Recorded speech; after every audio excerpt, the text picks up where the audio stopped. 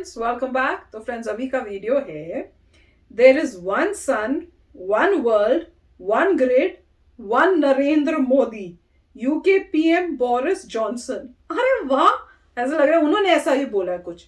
देखते हैं यार ये वीडियो क्या एग्जैक्टली बोला, क्या वाकई ये बोला है और ये कब बोला और क्यों बोला ये देखना है। बड़ा मजेदार लग रहा है कि सोचो कि मैं ये सोच रही हूँ कि कहाँ हमें रूल करके गए थे और अब कहाँ इतना चेंज आया। पता नहीं, देखने के बाद पता चलेगा। मैं तो ये सोच रही हूँ कि रहेगा चाहे कुछ भी हो। वो तो है पर अब सिचुएशन इतनी चेंज हो रही है। मेरे ख्याल से कोहिनूर का डायमंड नहीं वापस मिला है, तो जो भी पॉइंट्स है, कई पॉइंट्स ओपन है अभी। वो भी होगा पर बोलना ही, मतलब बोलना भी, देखो बोलना तो शुरू हुआ तो पहले वीडियो शुरू करते।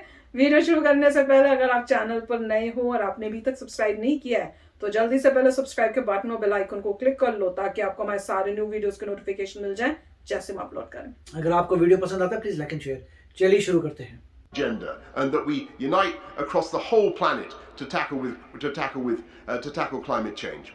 And there's one guy who particularly understands how to do that and who shares that agenda and who understands that a single hour of sunshine provides enough energy to power the whole earth for a year. You know that, to power all human activity on earth, I should say, for a year.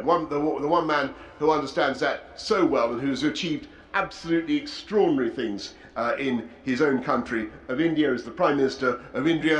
And ladies and gentlemen, excellencies, there is one sun, one world, one grid, one Narendra Modi, and I have great pleasure in handing over to Narendra. Over to you.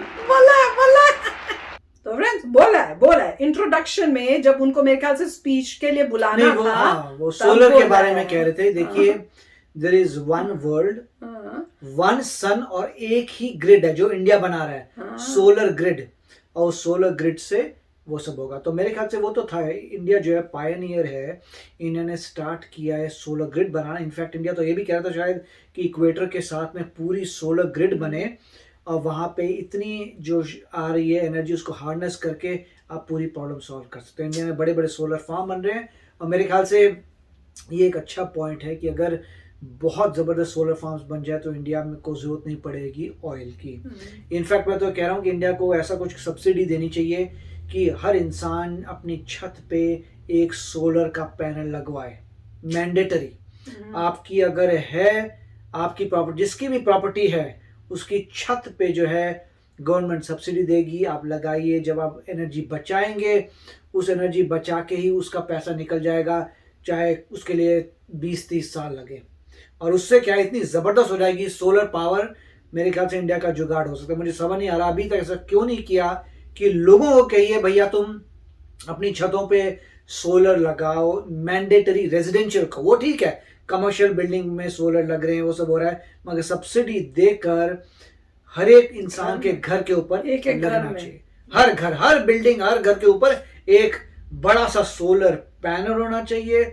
उससे उस building में जाएगी पूरी energy और use होगी। Idea तो अच्छा है पर हो सकता है इस वजह से नहीं हो रहा क्योंकि अभी एक्सपेंसिव बहुत पड़ रहा है। तभी सब्सिडी देनी है, क्योंकि आप लॉन्ग टर्म में देखेंगे कि 20 साल बाद आपका पैसा वापस आ जाएगा। सिर्फ ये है कि उसकी मेंटेनेंस भी लगेगी, हवा भी आती, जैसे यहाँ पर भी जो लगते हैं तो कई बार बारिश आती है, हेल आती है, मतलब ओले आते हैं, कहीं ना कहीं टूट सकती है। मगर नॉर्मली ये दिखाया गया है कि बहुत ही स्ट्रांग होती है, फाइबर ग्लास वगैरह होता है, इतनी आसानी से टूट नहीं सकता। थोड़ी महंगी होती है मगर लॉन्ग टर्म अगर आप देखें तो 20 साल के बाद आपको आप पॉजिटिव में चले जाएंगे। डिपेंड करता है, जो लोग बहुत इलेक्ट्रिसिटी यूज करते हैं उनको तो बहुत जल्दी बेनिफिट मिलेगा, जो कम यूज करते हैं उनको ज्यादा समय लगेगा। अच्छा, मगर कुछ मैंडेटरी कर देना चाहिए उनको। हो सकता है आगे फ्यूचर में प्लान्स हो। अभी तो जो इन्होंने सोचा है वही इतना कमाल का सोच है कि देख लो कि यूके के जो पीएम है वो यही बोल रहे हैं कि there is one sun, there is one world, one grid, क्योंकि वो सोलर ग्रिड की बात हो रही है। नरेंद्र मोदी, क्योंकि उन्होंने, इंडिया ने इनिशिएटिव लिया और किसके अंदर, नरेंद्र मोदी के अंदर। तो ऑब्वियसली ये तो बोलना बनता है और वो उनको बुलाने से पहले उन्होंने इस वे से उनको बुलाया है। तो बहुत ही अच्छा लग रहा था सुन के और मोदी जी भी मजा ले रहे थे, वो भी हंसे थे जब ये बोला था और उसके बाद क्लैपिंग कर रहे थे। देखा था, वो भी सीन अच्छा था। पर काफी अमेजिंग है कि इस टाइप से इंट्रोडक्शन करना और पूरा क्रेडिट जो दे रहे हैं मोदी जी को, और वो ये भी कहा उन्होंने कि भाई ये he is doing great things अपनी कंट्री में।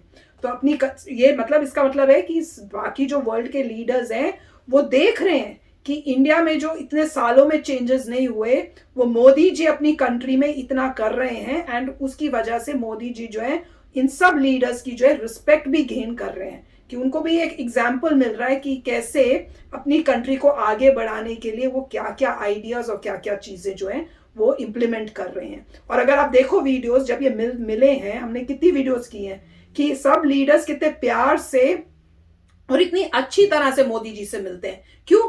क्योंकि उनका काम से दे आर इम्प्रेस्ड। वो होता है ना कि आप अगर कोवर्कर्स बैठे हुए हैं या अगर कोवर्कर्स नहीं, आप बच्चे ही स्टूडेंट्स भी देखो, जब आपको दिखता है कि बहुत सारे स्टूडेंट्स बैठे हुए हैं पर उसमें से एक है जो क्लास में फर्स्ट आता है या बहुत अच्छा करता है, बहुत अच्छा अचीव करता है वो अपनी क्लास में, तो बाकी बच्चे जब उसको देखते हैं तो उससे फ्रेंड्स बनने की कोशिश करेंगे या उसको बहुत अच्छी तरह उसके साथ ट्रीटमेंट देंगे, उसके साथ प्यार से मिलेंगे। वो आएगा तो उसके हाथ शेक जप्फी पाके, अच्छा आजा बैठ जा, हमारे साथ बैठ जा, वो सब होता है। तो वही इस केस में भी है कि जब वो देख रहे हैं कि हमारी सारे प्राइम मिनिस्टर्स ही हैं, प्रेसिडेंट्स ही हैं, अपनी अपनी कंट्री के लीडर्स ही हैं, तो वो जब देख रहे हैं एक लीडर को जो अपनी कंट्री के लिए इतना अच्छा कर रहे हैं और साथ में कोविड के टाइम सबसे आगे बढ़ के इंडिया कर रहा है वैक्सीन्स के काम, तो उससे इम्प्रेस तो होंगे ही। और फिर जैसे उसकी वजह से जैसे बच्चों को देखते हैं कि फर्स्ट वाला बच्चा आ रहा है, वैसे ही जब देख रहे हैं कि वो लीडर है तो वो भी इम्प्रेस होते हैं। फिर उनको होता है कि इससे मिलें, इससे बातचीत करें, इसको जाने पहचाने, इससे अच्छी रिलेशनशिप्स और फ्रेंड्स बने।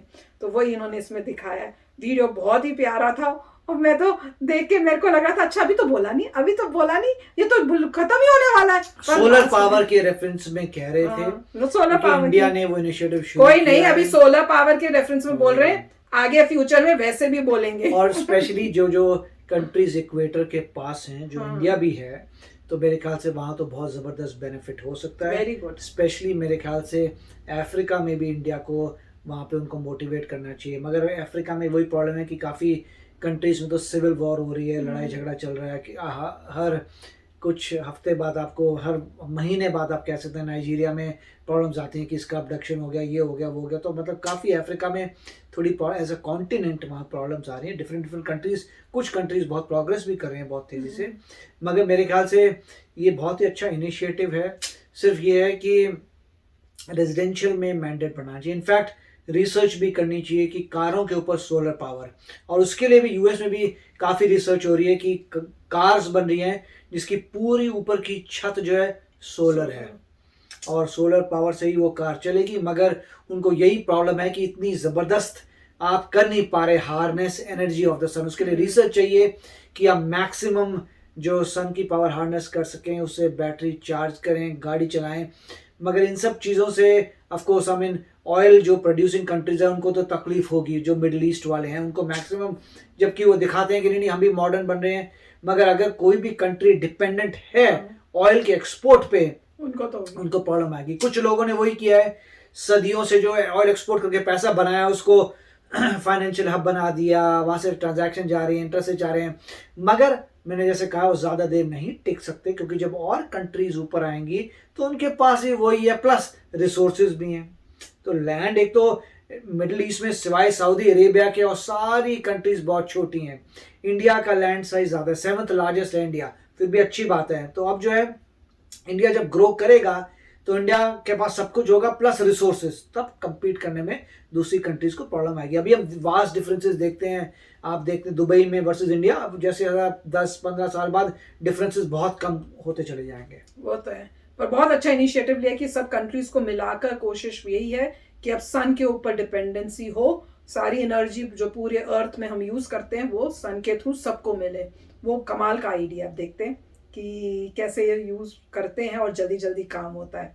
तो obviously 1 sun, 1 world, 1 grid and 1 Narendra Modi.